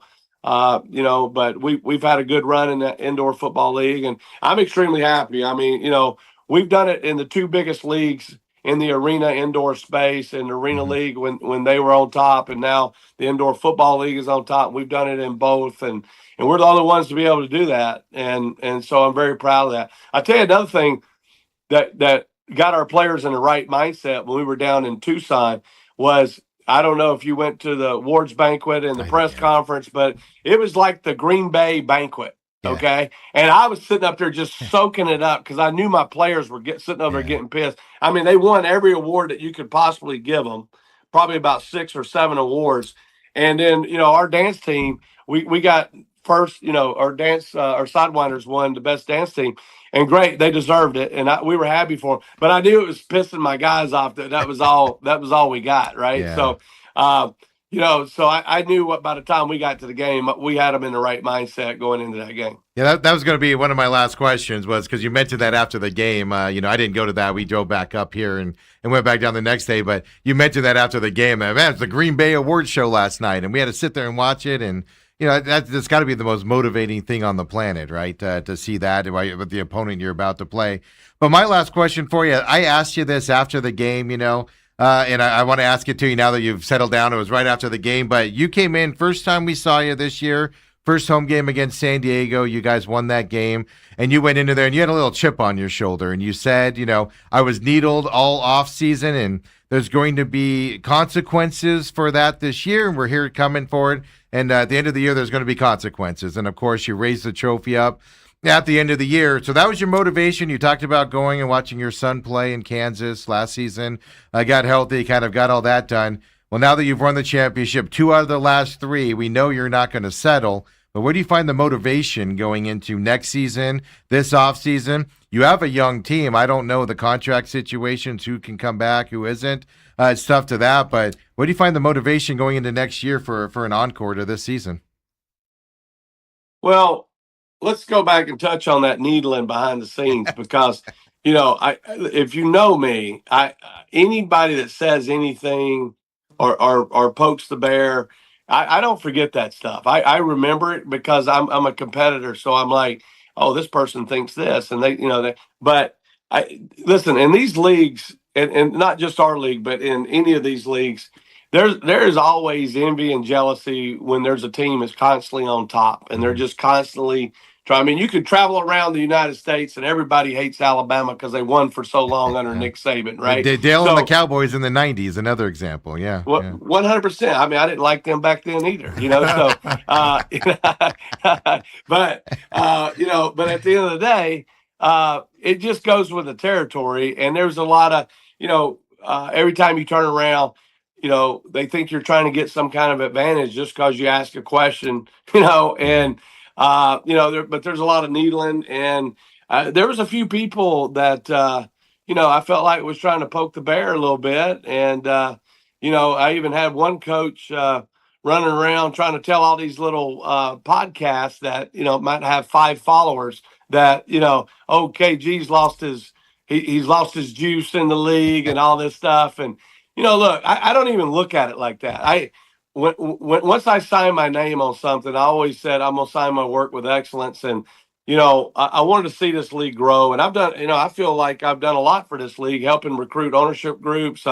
You know, I brought in the business department that put a lot of money in the league's pocket, and, you know, I brokered the deal between Tucson and the league for the championship game for 3 years. So I feel like I've done a lot for the league on the business side, not just what's been going on the football side. So, you know, we certainly, you know, so just being up in Kansas for those months and just thinking about this, I was able to get my mind right and get away from everybody. And then, you know, during the season, we had a couple of incidents where me and the Vegas coach, you know, got into it during the game, and that went viral. And, you know, and then I got fined the most. That was crazy. I got fined the most, and I didn't even start to sit. You know, he put his hands on me first, and I got fined 5 times what he did. Okay. So, you know, that's what I'm talking about. The needling, like, you know, people just trying to keep you upset. And, you know, and finally I just said, you know what, we're going to go beat the hell out of everybody. And, you know, that was it. But as far as contracts go next year, I always treat it the same. I treat it as if nobody's coming back, and we're going to go recruit and get the most competitive roster as possible. And the guys that decide they want to come back, if they want to be back, they can come back. That's a policy of mine. If you win the championship, I'll give them an opportunity to come back and compete and try to repeat. But if they don't want to come back and they want to test free agency, that's their choice. I want what's best for my players. And, you know, it's a short career. So I tell them, go do what's best for you. We're not too worried about it either way. We're the Arizona Rattlers, and we're going to get the best players and best product through recruiting. We're really good at identifying players. And, you know, I expect for us to have a very, very competitive training camp next season. I got 2 quick questions for you, then we'll let you go. You spent a lot of time with us, and we certainly appreciate it. Yeah. Number 1, are you and the Vegas coach, you got VRBO plans? You guys going on vacation? Because there's no incidents in the playoff game, were there? No. There was no room for them to talk at all in that playoff game. We were getting after them, you know. So, but I you know, listen, we don't hang out, we don't talk. I mean, you know, it's you know, I'm not going to sit here and say he's a bad guy. I don't think he's a bad guy. It just we don't see eye to eye. And I saw what I wanted to see when we got in that pushing match. When he pushed me and I came back and pushed him, I saw the look. I saw what I needed to see in his eyes when I pushed him back, and that's all I needed to know. Great. Hey, that's the Kevin guy I've known for a long time. And last question, we'll let you go. You said last year you went and watched your son play and just got away from everything. Same plan this year. How is Cody doing, and what's going on there? 100%. You know, it's my 25th anniversary, so me and the wife here we're leaving tomorrow. We're going to Hills Country in Texas, man. We're going to Fredericksburg. Oh, and, love it there. Yeah, flying into Austin, and we're going to hang out there for a week. But he plays his first game this year in San Angelo at San Angelo State. So they're playing against San Angelo State. So once we're done with our trip, we're going over there and watch him play. He's doing well. You know, right now he's QB2 as a redshirt freshman, and he's also going to be the guy that holds and on extra points and field goals. So, you know, he's progressing nicely, and I'm happy with the way he's progressing. So, you know, I mean, listen, he's ahead of every quarterback that was there, when he got there, they went out and got a quarterback out of the transfer portal from Iowa State that transferred in, and he's a sharp young man, and he came in and he's going to be the starter, and then but when you're sitting at that QB2, you're one play away. You know how it works, and so so anything can happen, production, injury, whatever, and or you just going outperforming. I think Cody's growing. Again, I'm happy with the way he's growing, and we'll see where it goes. Yeah, but, the pride of Williamsfield High School out here in the Valley. Just so if people didn't know that, it's where he played here locally and everything. So, yeah, no, I mean he's so we'll go up.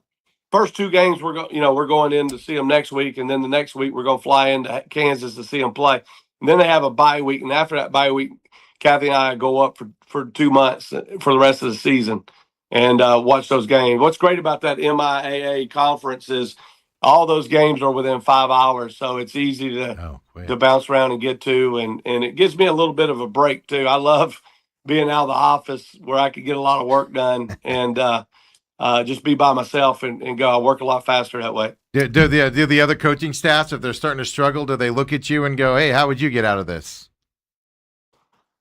Get out of what? Oh, just if they get into a situation and they're curious on another outside eyeball, do they call you up and say, "Cody, go grab your dad. We need him to come help us out here and tell us what he sees." What's funny is I get a lot of questions through Cody on his teammates having questions about agents. I was like, well, I'm the wrong guy to ask because I can't stand them. I negotiate with them. Really quick, we got actually ironically on that, we got a comment on the thing from Ethan saying you should be the coach of the Cardinals, with your mentality and everything. You know what? Listen, I've had my opportunities, through the years to move to different leagues. I've had 4 opportunities for assistant coaching jobs in the NFL. One, opportunity to be a head coach in Canada. And me and Ron's got a partnership. I told him I would be here to the end. It was great for my family. I'm in charge of my own schedule. I got numerous things going on outside and of football, business wise. And, I enjoy it here in Arizona. And, those NFL coaches and Canadian coaches, they get fired too often.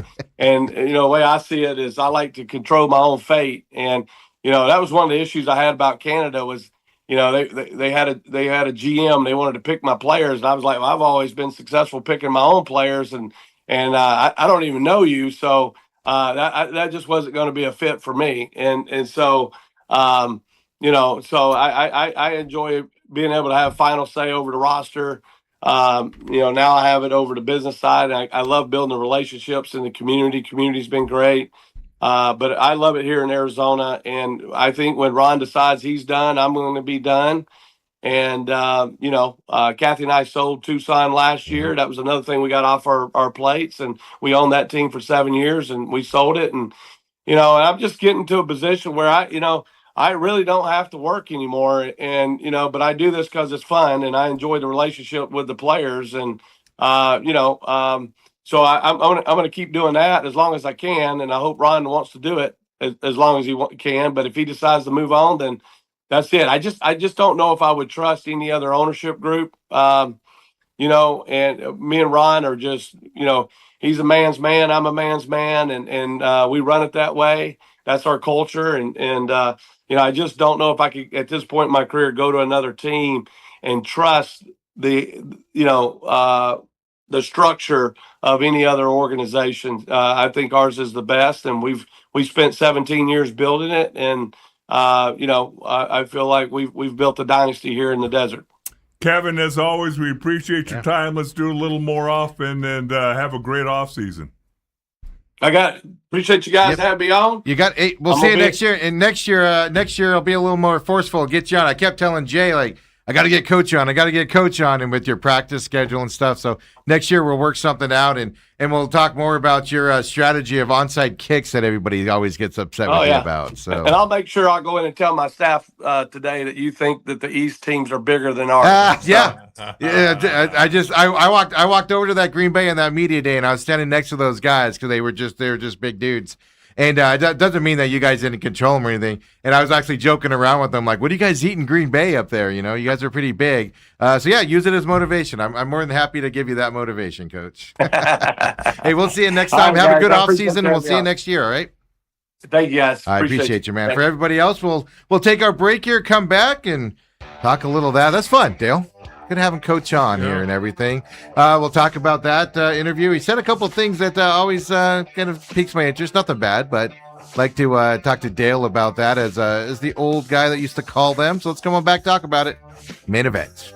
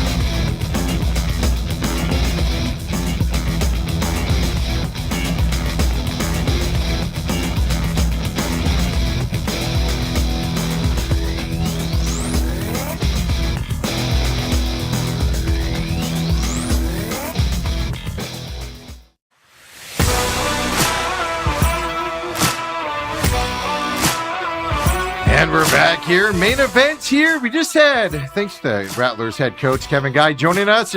And it's funny how it is interesting. I've said this before that, after a game, you win or lose, he's very, emotional is not the right word, but he definitely says his thoughts after a game. Even a win, he'll just come out and critique things or and go to that side, always looking to improve and stuff. So to get him in these environments, it's always fun to see him where he's a little bit more jovial and things to that effect. Even after winning the championship, Richard Obert and I were standing there and asking him questions, and it was just he'd laugh and you could tell he was happy and stuff like that. But then he would always get those little jabs in, like the Las Vegas head coach and stuff like that. But I mean, the interesting thing about the IFL, I just wanted to touch on is, I talked about the bigger thing. I talked about the speed in the West.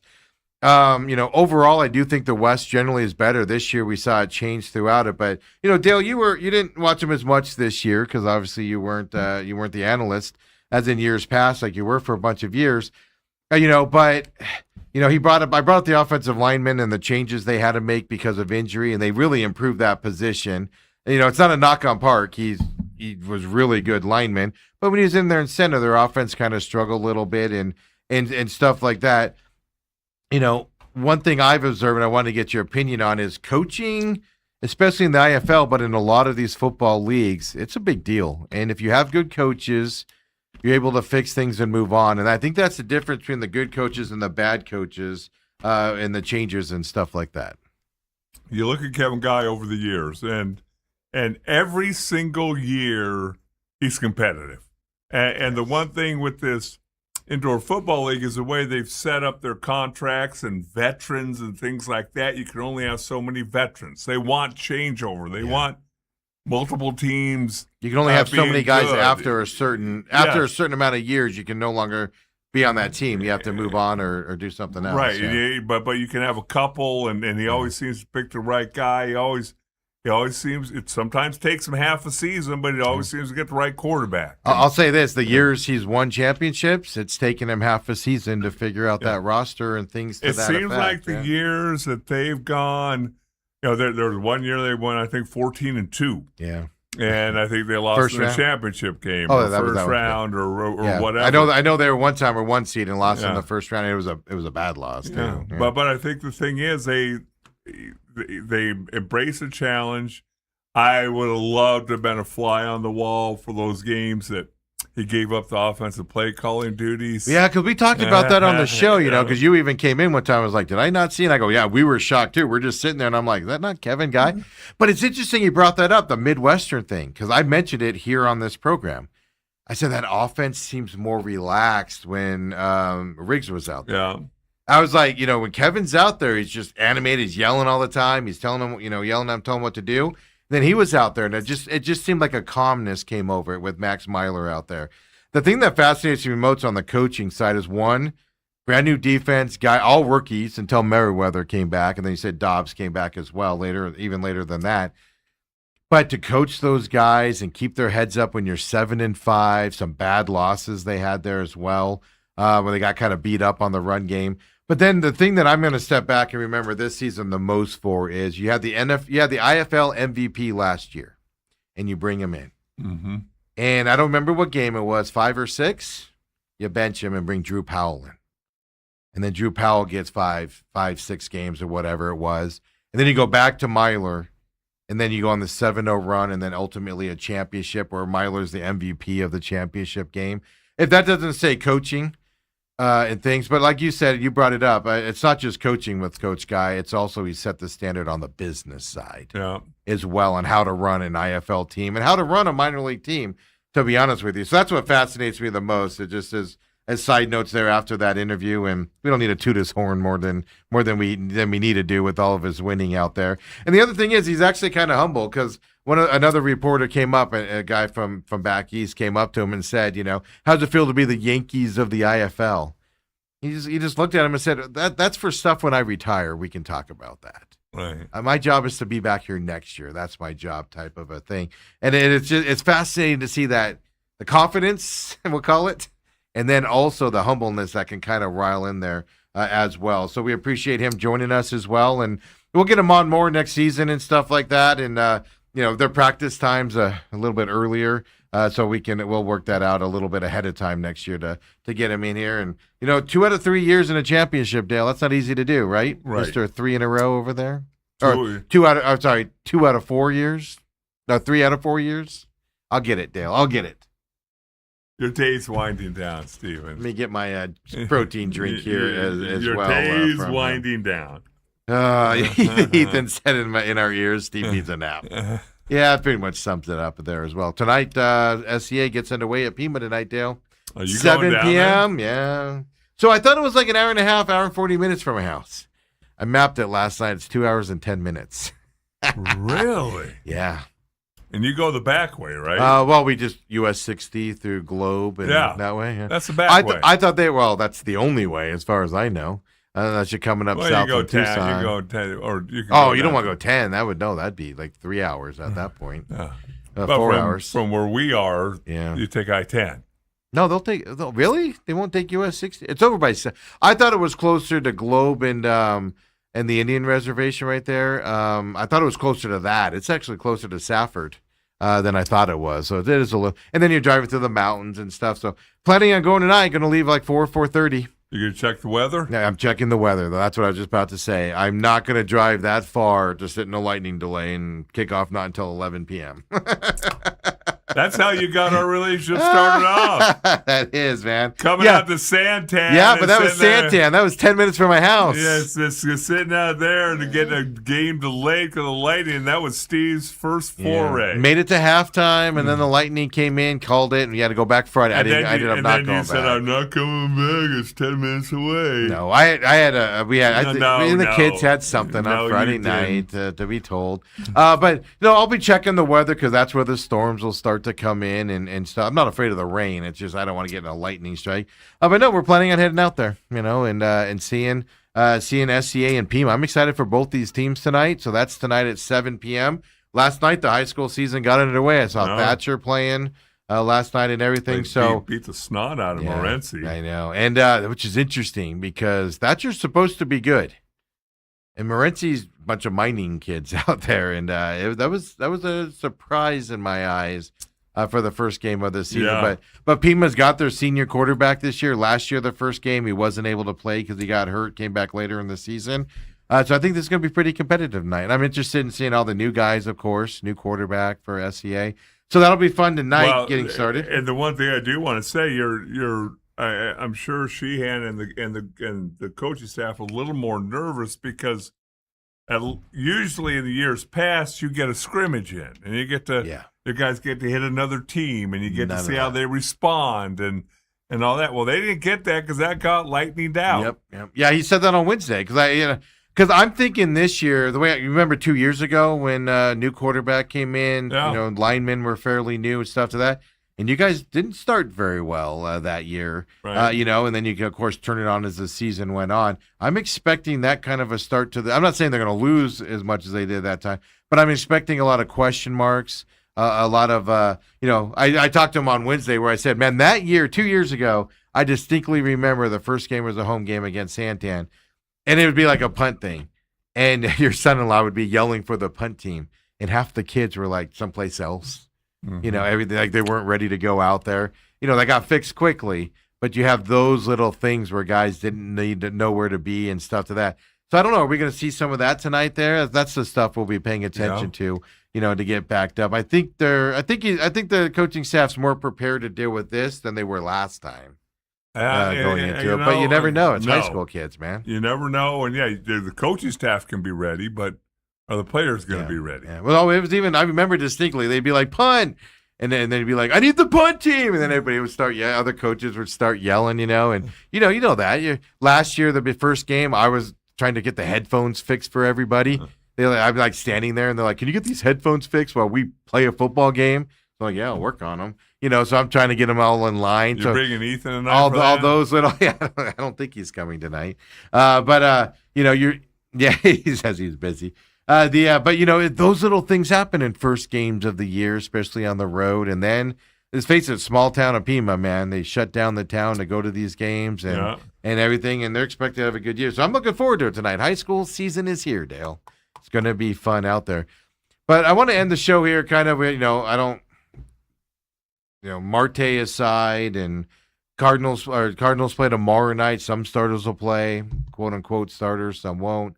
You just want to see kind of a growth, and I'm just going to say, give the fan base a little hope in person going into the season, because this is the only time we're going to see him before we see him play Seattle. And you guys will be there in person. In week 2. Yeah, I guess we're going. I've been told I'm going. Yeah, Ethan, Autumn, and then Thomas, Autumn's one of Autumn's kids is going to come with us Ethan as well. is going? He is going to that, yeah. He's the reason where I'm going. He's forcing me to go. Well, he loves the Cowboys. He's a smart kid. You're high on the Cowboys this year. Well, if they can stay healthy, I think they do have a chance in the NFC. I think their defense is going to be good. To beat the Eagles even? So my problem with the NFC East is I'm going through everything and trying to rank my stuff. I have the Eagles as a 1, but the caveat is, one of these years, that head coach is going to screw that team up so badly that they're just going to fall on their face. I just everything that happens around that team, eventually it's going to fall. Don't we keep thinking that? Yes. So I have them number 1, but that's kind of my caveat. Right. But 2, Washington's a giant, a new offensive and defensive coordinator. Jaden Daniels coming off a big injury, defensive questions, offensive line questions, and then they just lost Tunzel, for, if not the whole season, most of the season with his pec injury or whatever he ended up having. So you have those question marks. Dallas's defense is going to be much improved. They were as bad as Cardinals' defense last year. It ain't going to be that way this year. And Dak can do good if he has a running game. How's that offensive line, right? You've lost some good offensive linemen over the last couple of years to retirements and other things. Can that running game keep pressure off of Dak? So you have those question marks, from that perspective. And I'm forgetting the other team in that division there. Why did I just go blank on that? Well, you got New York. Oh, the Giants. I think the Giants' problem is going to be depth of talent. I think they have talent on that team. I think it's depth of talent that's going to hurt them. And then again, Harbaugh, just go to what Harbaugh – I'm just stuck on what Harbaugh did the last, 10 years, with the underachieved. And I don't know if you go to a new team, kind of like Jimmy Johnson leaving the Cowboys and going to the Dolphins. A lot of times that doesn't work out when you go from success and longevity at one team, or at least success – and go to another team. Too many changes. It takes a while to ramp up. Do you have the heart to do it? And that's my question mark on the Giants. Right. So after the Eagles, and even then I'm a little not so on the Eagles. I don't know who to pick after that. There's so many question marks. A lot of question marks. It'll be fascinating to watch as it unfolds, but I'm more optimistic than I have been in the last few years about the Cowboys. Yeah. I tend to agree with you on that. I think if they're going to stick their head up and have a good year, this is the year they're going to do it. But then again, I'm not. Schottenheimer did a good job last year as a head coach. He did better than you thought he was going to do. Oh.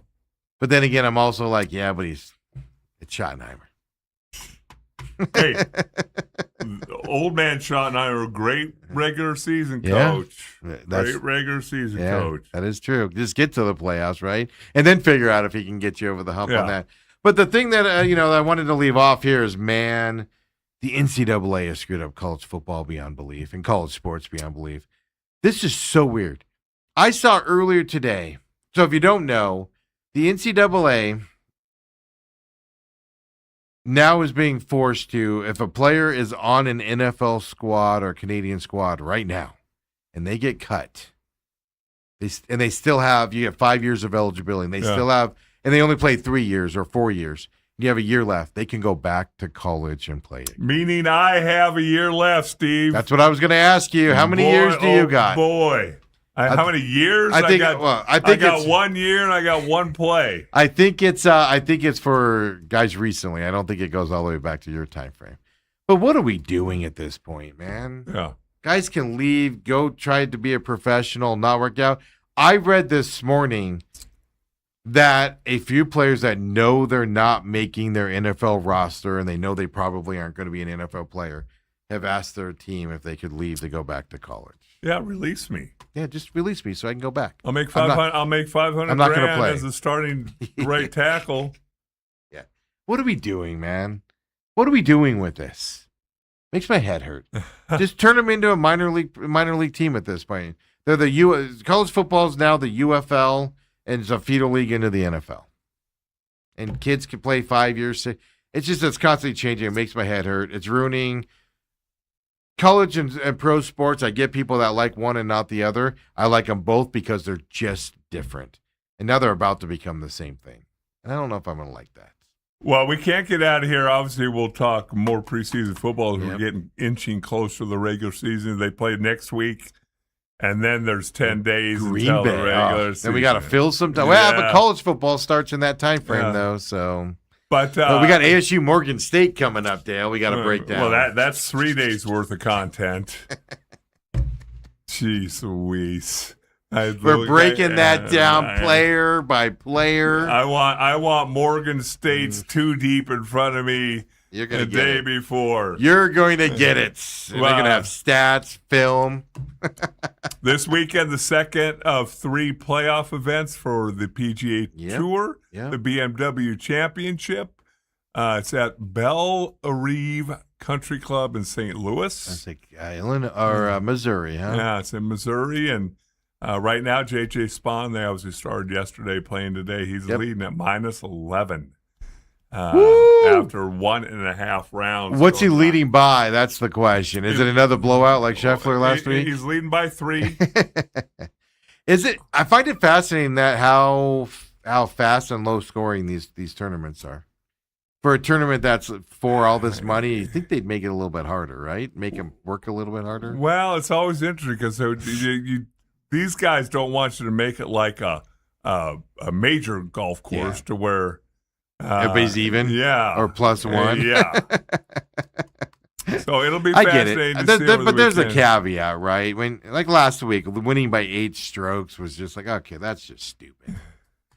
And then you're -11 after a round and a half. He's going to finish 33 under if he keeps going. Well, they can always make it tough for tomorrow. But Scotty Scheffler, by the way, he's +2. He's tied for 44th out of 50. +2? Out of 50. Hold on, that's close to the cut line if we have a -11 in there. He's up by 3, so that makes that 8, -8. Math's not my strong point. 10, 9, 8. Hey, I got it.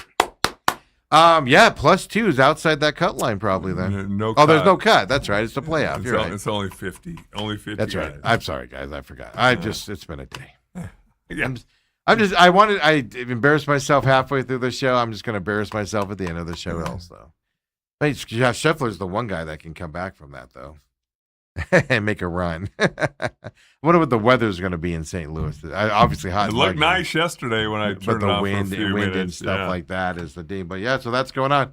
The run for a lot of money out there is kind of what we're looking at. So big weekend here, man. It's about to get busy for us. It's going to be fun. You're calling high school games again this year, right? I am. It's not for Cox. It's for the. Yeah. Oh, it is for Cox? Yeah. It's not that? Okay. Probably do a little bit for the other. Yeah. group. So you're excited. And you start, you said, you even said, we don't start until, I'm like, last year you didn't start till like week 6 or something.